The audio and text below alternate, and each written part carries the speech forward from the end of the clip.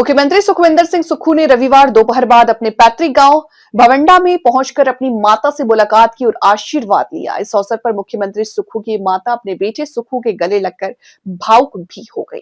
इस मौके पर पत्रकारों से बातचीत के दौरान मुख्यमंत्री हिमाचल प्रदेश सुखविंदर सिंह सुक्खू ने कहा कि केंद्र सरकार ने मनरेगा को समाप्त कर दिया है, उसकी जगह पर जी राम जी योजना पर लागू किया गया। उन्होंने कहा कि गरीब लोगों के रोजगार के साथ खिलवाड़ हुआ। पहले मनरेगा की दिहाड़ी का खर्च केंद्र सरकार की तरफ से वहन किया जाता था, अब केंद्र 90% और राज्य सरकार 10% की अदायगी करेगी। ये बात उन्होंने नादौन विधानसभा क्षेत्र के दौरे के दौरान कही। उन्होंने कहा कि मनरेगा समाप्त करने के विरोध में जनता के बीच जाएंगे तथा बात रखेंगे। मनरेगा के माध्यम से लोगों को रोजगार मिल रहा है, जिसमें अब कंडीशन लगाई गई है। मुख्यमंत्री ने रविवार को नादौन में वैकुंठ धाम तथा गूका धाम का उद्घाटन किया। उन्होंने कहा कि प्रदेश भर में पंचायतों में इस तरह के धाम बनाए जा रहे हैं ताकि लोगों को यहाँ बैठने की बेहतर सुविधा मिल सके, लोग सुकून से यहाँ बैठ पाएं, और इसके मद्देनजर ये धाम बनाए जा रहे हैं। तो जन जागरण अभियान छेड़े हुए विपक्ष पार्टी जी राम जी बिल पर मैं ये कहना चाहता हूँ कि मनरेगा को खत्म कर दिया गया है। मनरेगा जो उसकी आत्मा को ही मार दिया गया है। किस प्रकार का अभियान चलेगी? पहले जो मनरेगा थी डिमांड ड्रिवन थी। डिमांड ड्रिवन का मतलब हो गया कि पंचायत डिमांड करती थी, उसके हिसाब से उसको पैसा मिलता था। अब ये एलोकेशन ड्रिवन हो गई है, यानी कि भारत सरकार हमें फंड देगी और फंड देने के बाद हम एलोकेट करेंगे कि कितनी पंचायतों में ये सेवा शुरू करनी चाहिए। जबकि पहले डिमांड ड्रिवन में 100% पैसा सरकार की तरफ से आता था, क्योंकि ये सोनिया गांधी जी की और डॉक्टर मनमोहन सिंह जी की सोच थी। और उसके बाद पंचायतों को नोटिफाई किया जाएगा कि इसमें आपकी मनरेगा शुरू होगी, वो भी केंद्र सरकार करेगी। राज्य सरकार के हाथ में कुछ नहीं रखा है।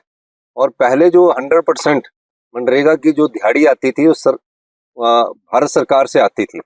अब जो मनरेगा की जो दिहाड़ी होगी उसमें 90% वो देंगे और 10% शेयर हमको डालना पड़ेगा। पहले ऐसे नहीं होता था। उसके अलावा ये कहा गया कि जैसे तालाब और रास्ते बनते थे, वो तालाब और रास्ते नहीं बनेंगे। उसके क्या कहा गया कि जो एक टेंजिबल एसेट्स होगा, यानी कि कोई स्कूल की बिल्डिंग बनी होगी उसमें ठेकेदार के अंदर उनको लगा दिया जाएगा। तो हिमाचल प्रदेश की सरकार ने यह फैसला किया कि हम इसके खिलाफ जनता की अदालत में जाएंगे और उनको बताएंगे कि किस प्रकार 20 साल से मनरेगा आम लोगों के घरों तक पहुंची, आम लोगों के घरों के चूल्हे इस मनरेगा की दिहाड़ी के द्वारा चले। इस सरकार ने तो उसको बिल्कुल तरह खत्म कर दिया है।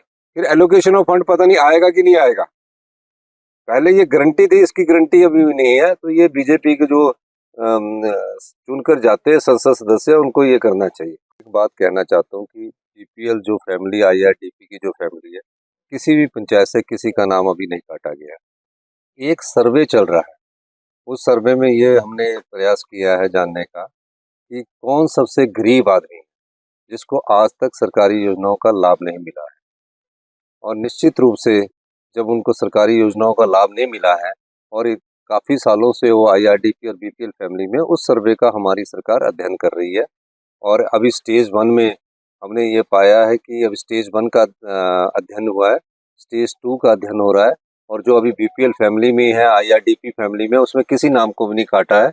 उन सबको अभी जितनी भी पंचायतों में हिमाचल प्रदेश की बीपीएल और आईआरडीपी फैमिली है, उनको अब जो भी योजनाएं सरकारी योजनाओं का भी लाभ मिल रहा है। लेकिन उनके बीच भी एक सर्वे चल रहा है कि हम उसको एसडीएम और बीडीओ के माध्यम से सत्यापित कर रहे हैं कि क्या ये बीपीएल में होना चाहिए कि नहीं होना चाहिए।